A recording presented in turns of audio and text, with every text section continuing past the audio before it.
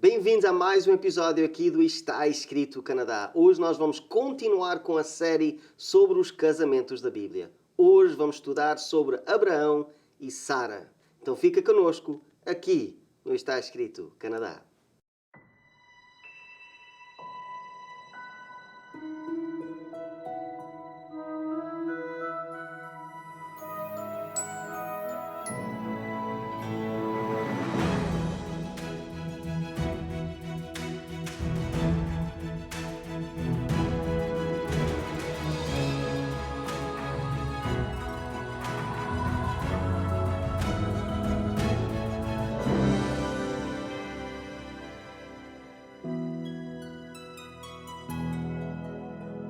Então, bem-vindos mais uma vez aqui. Hoje nós vamos ler sobre a família mais importante, pelo menos para os judeus, Abraão, o pai de Israel, e a sua esposa Sara.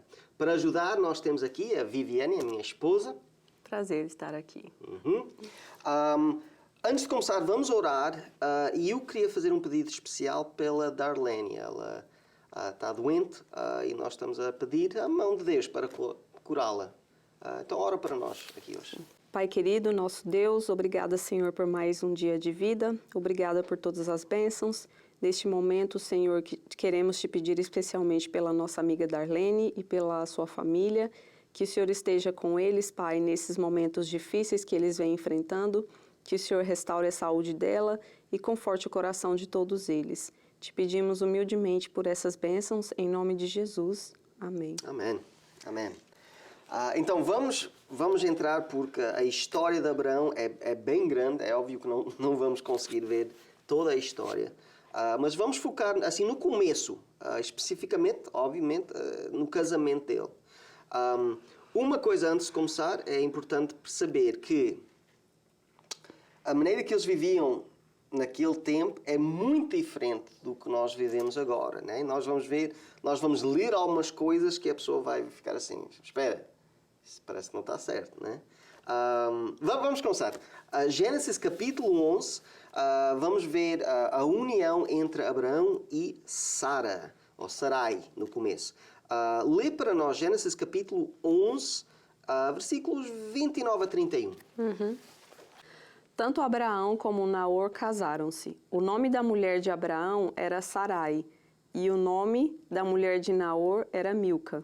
Esta era filha de Arã, pai de Milca e de Iscá. Ora, Sarai era estéril, não tinha filhos. Terá tomou seu filho Abrão, seu neto Ló, filho de Arã, e sua nora Sarai, mulher de seu filho Abrão. E juntos partiram de Ur dos Caldeus para Canaã. Mas ao chegarem a Arã, estabeleceram-se ali. Ok. Então, a coisa mais óbvia aqui nesta história é a esposa de Abraão era meia-irmã, né? Que hoje em dia não é uma coisa que acontece, né? Mas naqueles dias era uma coisa aceita porque estava muito ligado com as propriedades das pessoas. Eles tentavam ficar dentro da família, né? Primos, coisas assim, para que a terra ficasse unida dentro da família, né?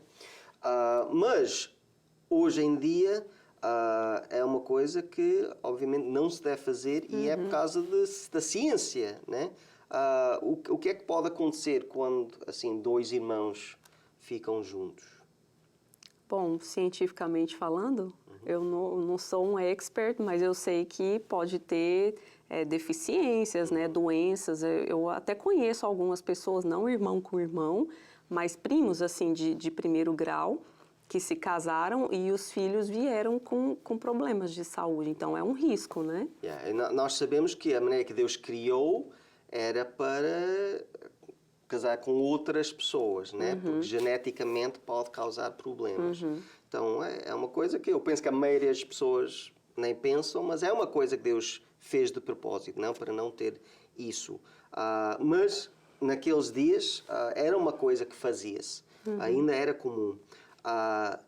Uma coisa que é interessante de Sarai, que depois tornou Sara, é que a Bíblia fala que ela era estéril, né? Que não podia ter filhos.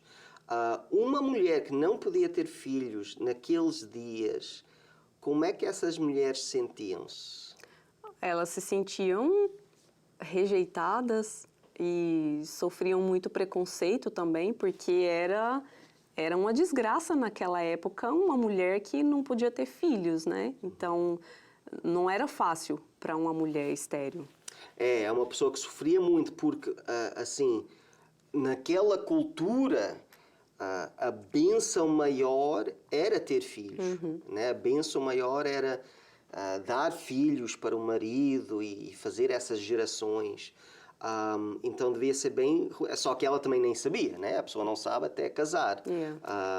Mas parece que ela não podia ter filhos. Falando sobre o casamento e este assunto aqui, uma coisa que também causa muitos problemas no casamento é quando tem problemas assim. Porque nós sabemos que muitas vezes ou a esposa ou o marido quer filhos e quando eles conhecem que não vai ser possível, pode causar muito estresse, né? Num casamento. Porque é um desejo que a pessoa tem e a outra pessoa não pode cobrir esse desejo, né? É óbvio que há vezes que a pessoa não sabe, né? Casam-se, não sabe. O que é que tu dizias para um casal assim, que está a lutar com essa realidade? Bom, hoje, felizmente, diferente da época de Sarai, a gente tem o avanço da ciência, né? Com o avanço da ciência, já é possível hoje tentar outros métodos, né? Que, de repente, a pessoa pode ter um filho de si mesmo e, em último caso, tem a adoção. Então, eu conheço alguns casais, né? Que partiram para adoção porque um dos dois não podia ter filhos. E se nenhuma e nem outra coisa é opção, se não dá certo, eu acho que é lembrar do compromisso, né, que foi feito ali no momento do casamento, que em todos os momentos, seja o momento alegre, momento de tristeza, em todos os momentos o casal vai permanecer unido e é tentar um apoiar o outro e entender que aquele é um problema que não é culpa da pessoa, né? A pessoa não fez nada para ser daquele jeito. Então, é importante ter o apoio e o amor, né? Exatamente. E eu penso que também é muito importante que as pessoas perceberem que tem que se falar sobre isso, né? Muitas vezes a pessoa tem aquela mágoa, mas deixa dentro. Só que o que é que acontece? É que ele sai de uma forma ou outra, uma forma ou outra. Só que pode sair em outros lugares. A pessoa nem percebe porque é que esta pessoa está zangada, porque é que está a reagir assim. E pode ser uma coisa dentro dele, como assim, eu queria uma criança e não posso ter, né? Então, ir para aconselhamento, falar com uma pessoa para criar uma maneira para falar e ir avante, né? Muito importante. Tem que ter o diálogo, né? Em todas as situações, eu acredito que o diálogo é sempre a melhor opção, porque a outra pessoa não pode adivinhar o que está guardado lá dentro de você e você precisa expor para os dois juntos trabalharem nesse problema, né? Buscar uma solução. Eu lembro, assim, a primeira na série que nós falamos sobre o amor, né? Aquele que é só sentimento e aquele que é o amor de Deus. E o fato que muitas pessoas pensam é só ter amor e fica tudo ok. Só que nós sabemos, nós já falamos bastante sobre isso com outros casais, que um quer ter filhos e o outro não. Só que eles nunca falam isso antes do casamento. Né? Eles pensam que a outra pessoa vai pensar da mesma forma do que ele, casam-se e depois está assim, ok, estou pronto para ter filho. Filho? Não, nem pensar. E isso, obviamente, causa problema. Então, a importância não só de falar destes assuntos depois do casamento, mas ainda mais antes do casamento, né? É muito importante. Com certeza. Você tem que ser aberto com a pessoa, né? No momento que você conhece, você vê que está caminhando para algo mais sério, compartilhar dos seus pensamentos, né, das coisas que você deseja para o futuro. E filhos é uma coisa muito importante, que tem que ser discutido antes do casamento para exatamente você evitar problemas, né, depois do casamento. Eu acho que o que acontece muito, eu como mulher posso falar isso da parte das mulheres, é que a mulher sempre tem essa ilusão de que o homem vai mudar, ou de que ela vai mudar o homem, de que ela vai mudar o pensamento do homem. E não é assim que as coisas funcionam. Então, a gente tem que ser mais realista e colocar as cartas na mesa e falar dos seus desejos. E, muitas vezes, se as ideias não se encontram, a melhor opção é não partir para o casamento, é não levar aquele relacionamento adiante, porque hoje uma coisa que é pequena, um problema que é pequeno, aquilo vai virando uma bola de neve e aquilo vai ficando enorme até que chega um ponto que pode ser decisivo para a separação do casal. Então, tem que ter diálogo, o casal tem que ser aberto um com o outro. E no extremo, o que também acontece é a pessoa que quer ter filho mente para o outro. Põe um buraco no camisinho ou para tomar assim, um remédio para não ter filhos. E isso ainda causa mais problemas depois, né? Porque aquilo foi forçado em cima da outra pessoa. Mas é importante porque nós temos que perceber, as duas pessoas podem amar um ao outro. Eles amam um ao outro, mas têm que perceber, olha, tem mais coisas na vida do que amor. Okay? Vamos falar de crianças, vamos falar de filhos. Se isso não vai dar certo, a pessoa realmente tem que pensar, o meu amor que eu tenho para ele é suficiente para aguentar o que eu não vou ter ou tenho que procurar outra pessoa? É uma pergunta difícil, mas tem que ser feita. É verdade, eu concordo. E você tem que ter isso. Eu posso usar a nossa relação como exemplo. Quando eu te conheci, eu já fui vendo os seus defeitos, as suas qualidades. E eu tive essa conversa comigo mesma. Nem sei se eu já te falei isso, mas eu já tive essa conversa. Ok, ele é assim, assim, assim. Mas eu estou disposta a aceitar isso? Isso vai me afetar futuramente? Isso é grande demais para atrapalhar? E eu cheguei à conclusão que não era, tanto que a gente está casado já há 5 anos. Mas é muito importante a pessoa ser aberta com ela mesma, ter esse diálogo e jogar limpo com ela mesma. E não ficar tentando se enganar, como eu mencionei antes, de que lá na frente vai mudar. Não muda. Pode ser que mude, mas tem chance de não mudar. E tem chance daquilo ficar ainda pior. Então, a pessoa tem que ser honesta consigo mesma e com o parceiro. E uma maneira muito boa para fazer isso é, antes de casar, ter aquelas classes com o pastor, o padre, ou seja, qualquer, né? Ter aqueles estudos de casamento, porque é nesses estudos que a pessoa aprende. Ok, e crianças, ou e dinheiro, ou e família, pai, né? Tem que se fazer essas perguntas, porque muitas vezes a pessoa está tão assim nas nuvens, assim, com amor, que não está a pensar nessas outras coisas da vida. Então, aquele aconselhamento com o pastor é muito importante para abrir esse assunto e para pensar mais naquilo. É importante ter um profissional, uma pessoa de fora, para guiar aquelas duas pessoas que, com certeza, tomados pela paixão, acha que está tudo bem, isso não é relevante. Então, é importante ter uma pessoa fora desse relacionamento que sabe como conduzir para expor todas as coisas que vão acontecer no casamento, que fazem parte do dia a dia e que eles ainda não sabem porque não viveram a experiência ou não pararam para pensar ainda. Então, até aqui nós estamos a falar das coisas que a pessoa sabe, né? A pessoa pode ver assim à frente. Agora nós vamos ver uma parte da vida de Abraão que realmente a pessoa nunca ia pensar nisto. É uma coisa que vai mudar a vida deles para sempre. Lê para nós Gênesis capítulo 12 agora, e os primeiros 5 versículos. Gênesis 12, versículos 1 a 5. Então o Senhor disse a Abrão: saia da sua terra, do meio dos seus parentes e da casa do seu pai, e vá para a terra que eu lhe mostrarei. Farei de você um grande povo e o abençoarei. Tornarei famoso o seu nome e você será uma bênção. Abençoarei os que o abençoarem e amaldiçoarei os que o amaldiçoarem. e por meio de você todos os povos da terra serão abençoados. Partiu Abrão como lhe ordenara o Senhor, e Ló foi com ele. Abrão tinha 75 anos quando saiu de Harã. Levou sua mulher Sarai, seu sobrinho Ló, todos os seus bens que havia acumulado e os seus servos, comprados em Harã.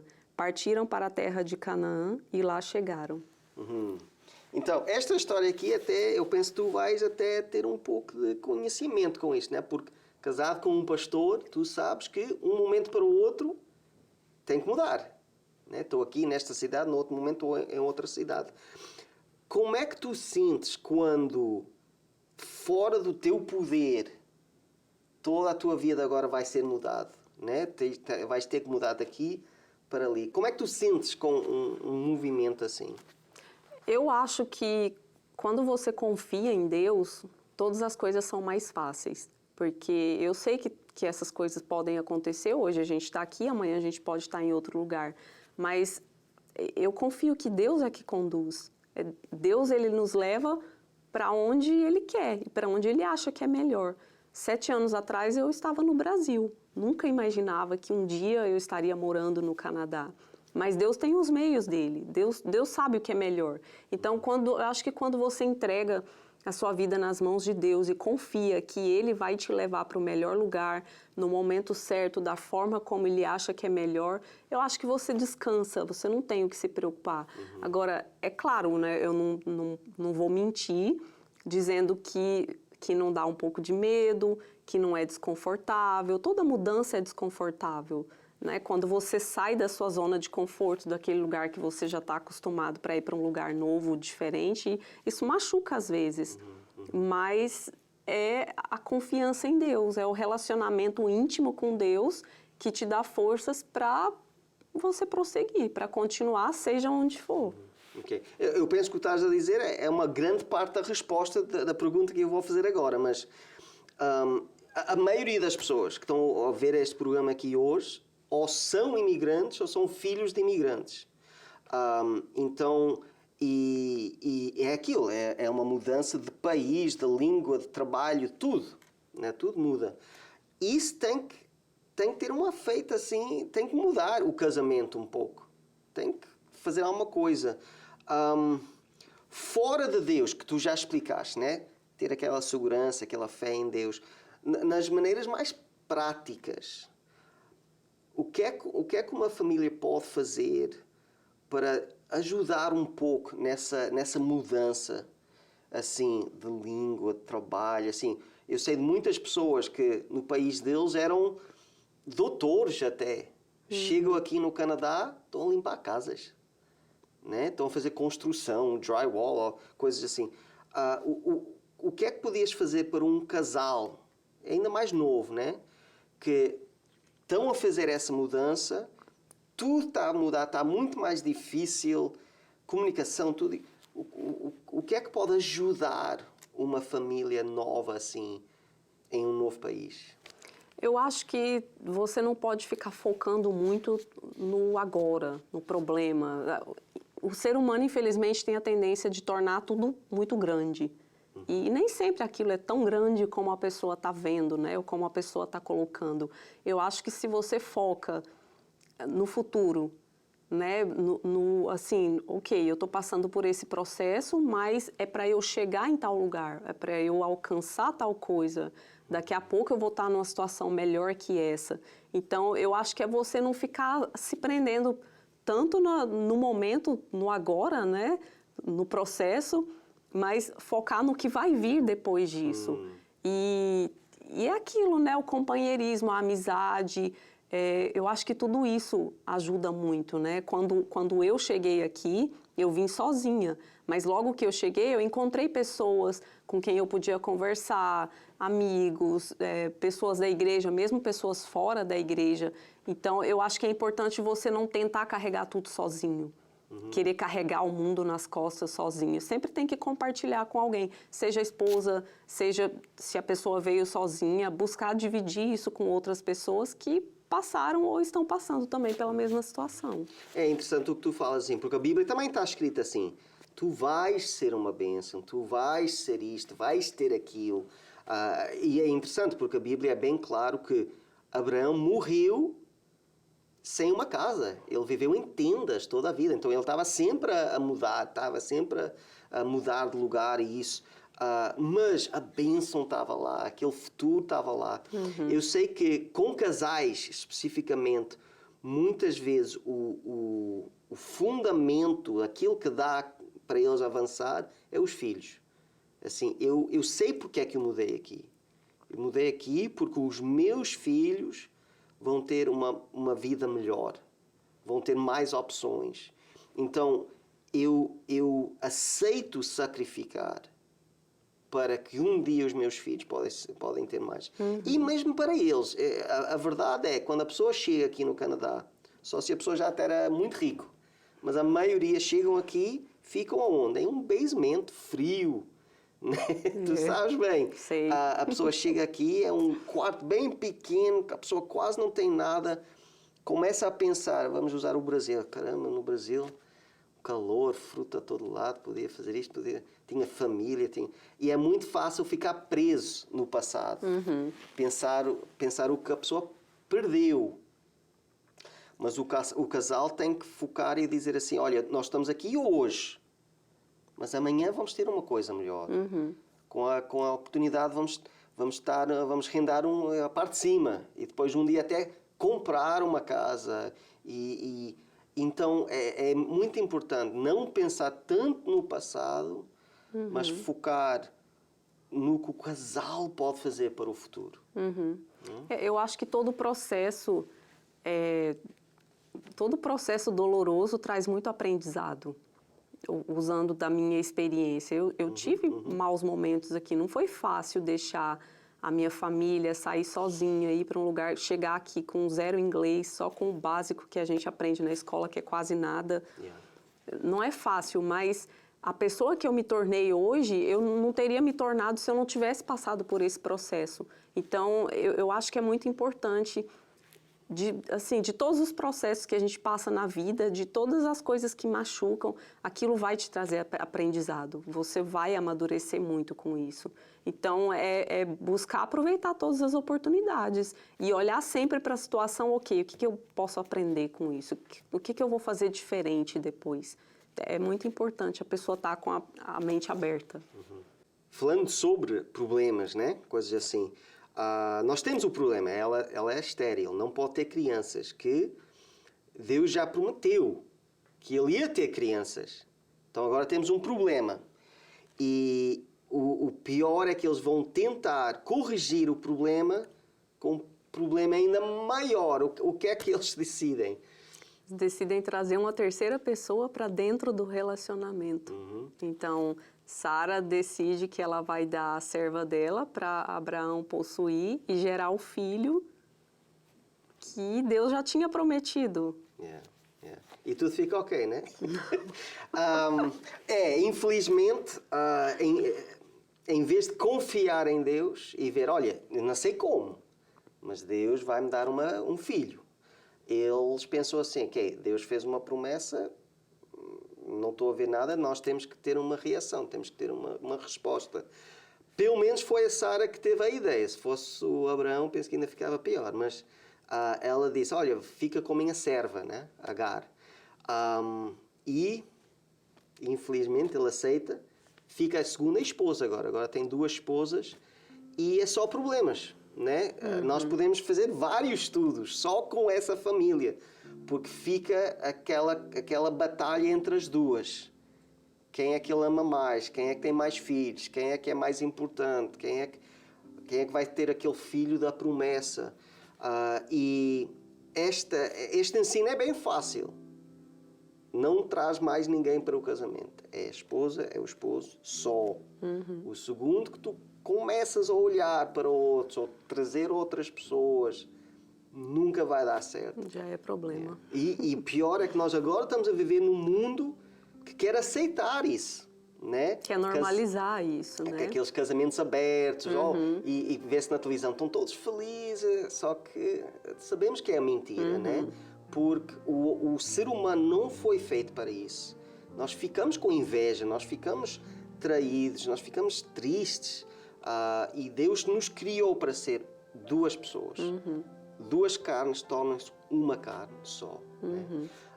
Mas infelizmente é uma lição que Abraão teve que aprender e ele sofreu o resto da vida. Ele sofreu, as esposas sofreram e os filhos sofreram por causa de uma escolha que eles fizeram. Né? Todos os envolvidos acabam sofrendo, né? Exatamente. Olha, é tão triste, temos que parar, porque tinha tanta coisa que nós podíamos falar aqui. Mas vamos orar. Mais uma vez, eu queria orar pelas famílias. Eu até posso orar para aqueles que estão a sofrer, né? Para aqueles que estão a ter aquelas dificuldades. Não façam um erro para tentar cobrir outro erro. Vão para Deus, ficam firmes em Deus. Deus vai ter a resposta. Vamos orar. Deus, obrigado que nós estamos aqui hoje. Obrigado que Tu tens a resposta. Tu tens a maneira de corrigir os problemas que nós criamos na nossa vida. Fica com todos os casais que estão a ouvir, todos que estão a passar por tempos difíceis e abre a porta para eles verem a saída, verem a resposta que Tu tens para eles. É isto que eu peço em nome de Jesus. Amém. Amém. Hoje nós estávamos a falar sobre a família de Abraão. Não tivemos muito tempo para falar sobre Agar, então nós queremos dar este livro aqui, a história dela. Se vocês querem este livro, vocês podem receber completamente grátis. É só nos contactar com a informação que vai ser dada agora. Visite o nosso website www.estaescrito.ca. Lá você terá acesso ao programa de hoje, a todos os programas em nosso arquivo e poderá solicitar gratuitamente nossa oferta de hoje. Se desejar, solicite sua oferta gratuita escrevendo para nós. Está escrito Box 2010, Oshawa, Ontário, L1H7V4 ou envie e-mail para info@estaescrito.ca. Se preferir, você pode telefonar para 1-800-717-2973. E lembre-se, nosso website é www.estaescrito.ca. Lá também é possível enviar o seu pedido de oração, registrar o seu testemunho e compartilhar nossos programas através das redes sociais. Agradecemos as cartas recebidas, todos os pedidos de oração e também o apoio financeiro. Infelizmente, chegamos outra vez ao fim deste programa, tínhamos tanto para falar, mas queria dizer obrigado pela Viviane estar aqui hoje. Obrigada por me receber aqui. E na próxima semana vamos continuar com a história de Jacó e Raquel e a irmã.